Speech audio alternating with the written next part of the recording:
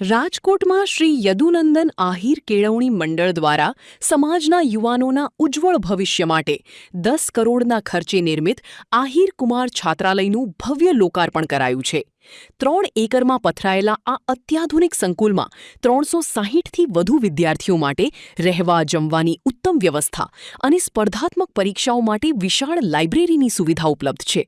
ખાસ કરીને ગ્રામ્ય વિસ્તારના તેજસ્વી વિદ્યાર્થીઓને શિક્ષણ માટે પ્લેટફોર્મ પૂરું પાડવાના ઉમદા હેતુથી આ ભગીરથ કાર્ય સંપન્ન થયું છે. વર્ષ 1993માં માત્ર 100 વિદ્યાર્થીઓથી શરૂ થયેલી આ સંસ્થા આજે સમાજના વડીલો અને આગેવાનોના સહયોગથી વિશાળ વટવૃક્ષ બની છે.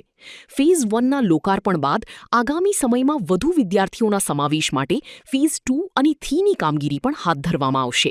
આ પ્રસંગે ડેપ્યુટી કમિશનર નિર્મલ ગોગરા સહિતના અગ્રણીઓની પ્રેરક ઉપસ્થિતિમાં આહિર સમાજે શિક્ષણ ક્ષેત્રે એક નવી મિસાલ કાયમ કરી છે.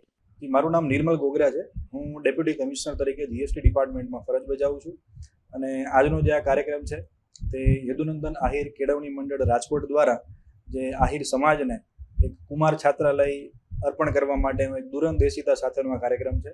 અને આ બોર્ડિંગ જે છે એ આહિર સમાજના યુવાનો છે એ ભવિષ્યમાં પોતાનું શૈક્ષણિક જીવન આગળ વધારી શકે, એમની કારકિર્દીમાં એમને ખૂબ જ ઉપયોગી થઈ શકાય અને સમાજને શિક્ષણને એક નવી દિશા આપી શકાય.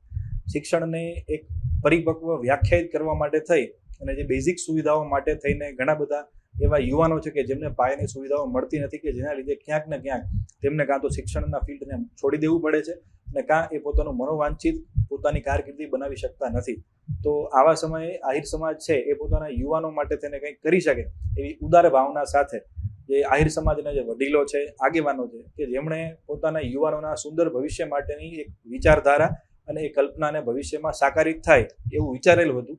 એ સ્વપ્ન આજે સાકારિત થવા જઈ રહ્યું છે અને આજે આ બોર્ડિંગ છે એ સમસ્ત આહિર સમાજને અર્પણ કરવામાં આવી છે. આ એનો ફેઝ 1 છે. ભવિષ્યમાં પણ આગળ હજુ આ કાર્ય આગળ વધતું રહેશે અને આ બોર્ડિંગ જે છે તેના લીધે ભવિષ્યમાં ઉચ્ચ અધિકારીઓ પણ આ સમાજને મળશે, સારા યુવાનો મળશે, એમને ઉચ્ચ કારકિર્દી મળશે અને શિક્ષણનું પ્રમાણ છે એ સમસ્ત સમાજમાં ઊંચું આવે તેવી ઉદાર ભાવના સાથે એ આ બોર્ડિંગ બનાવવામાં આવી છે. આ બોર્ડિંગની હાલમાં વાત કરીએ તો અહીંયા લાઇબ્રેરી છે, કોન્ફરન્સ હોલ છે, અહીંયા 260 જેટલા યુવાનો રહી શકે તેવી અદ્યતન સુવિધાઓ સાથેના રૂમ બનાવવામાં આવ્યા છે. આધુનિક સમયમાં જે સુવિધાઓ ભણવા માટે જોઈએ એમને રીડિંગ ડેસ્ક આપવામાં આવ્યું છે. એમના માટે અદ્યતન પુસ્તકો સાથેની લાઇબ્રેરી પણ અહીંયા આપવામાં આવી છે. એમને રહેવા માટેની પૂરતી સુવિધા મળી રહે એટલે પૂરતી સુવિધા સાથેના રૂમ્સ એમને આપવામાં આવ્યા છે. એટલે એમને રહેવા માટે કોઈ પ્રશ્ન ઉપસ્થિત થાય એવું કંઈ છે નહીં અને સમયાંતરે એમને કારકિર્દી માટે ઉચ્ચ માર્ગદર્શન મળી રહે તે માટે સમાજના યુવાનો અને અન્ય બહારથી પણ ઘણા બધા ઉચ્ચ અધિકારીઓ અને શિક્ષણ ક્ષેત્રના શિક્ષણવિદો પણ અહીંયા વિઝિટ કરશે, જેથી કરીને યુવાનોને માર્ગદર્શન મળી રહે. એટલે આ બોર્ડિંગ દ્વારા ભવિષ્યમાં કંઈક ઘણા બધા સારા સપનાઓ લોકોના યુવાનોના સાકાર થશે એવી ઉદાર ભાવના સાથે આ બોર્ડિંગ શરૂ કરવામાં આવી છે. જેમ આપણે કહીએ છીએ કે આ છે 3 પેઢીનું કામ, કેમ ચાલશે જો કરશું આરામ.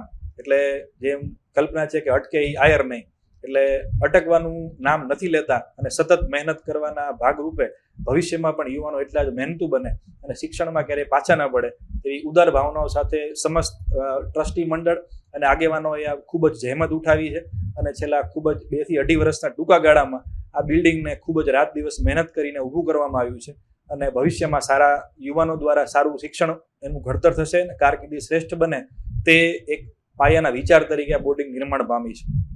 છાત્રાલય બનાવવા પાછળનો મુખ્ય ઉદ્દેશ્ય છે કે ઘણા બધા નાના એવા રિમોટ એરિયાઝ છે કે જ્યાં લોકોને આગળનું શિક્ષણ મેળવવા માટે મોટા સેન્ટરમાં જવું પડે છે અને ત્યાં પછી એમને રહેવાનો ભણવાનો ખર્ચ જે છે એ વધી જાય છે.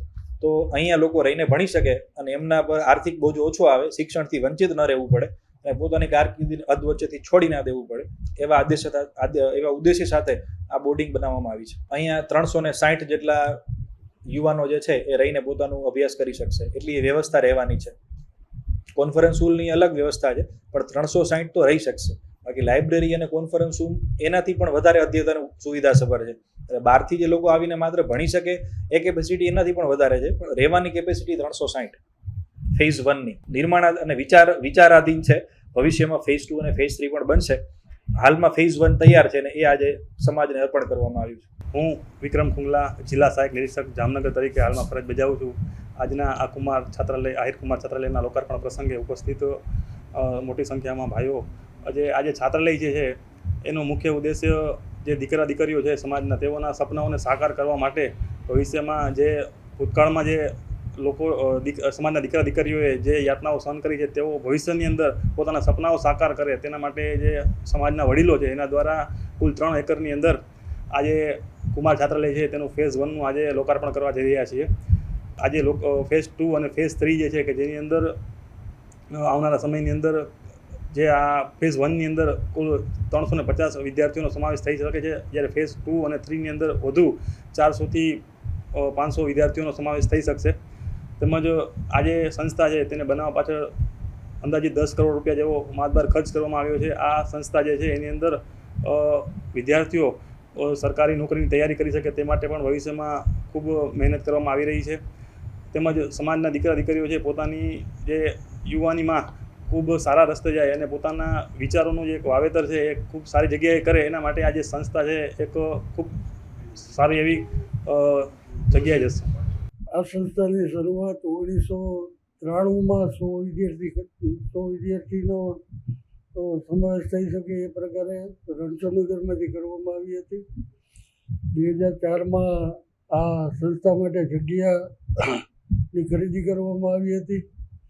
2024થી આ સંસ્થાનું બાંધકામ શરૂ કરવામાં આવ્યું હતું. 3 એકરમાં આ સંકુલ બન્યું છે.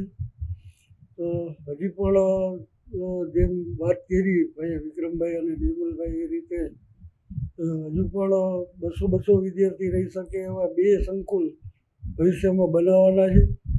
અત્યારે જ આપણે આ સંસ્થામાં ડાઇનિંગ હોલની વ્યવસ્થા 500 વિદ્યાર્થી એકસાથે જમી શકે એવી આપણે અત્યારથી જ વ્યવસ્થા રાખી છે.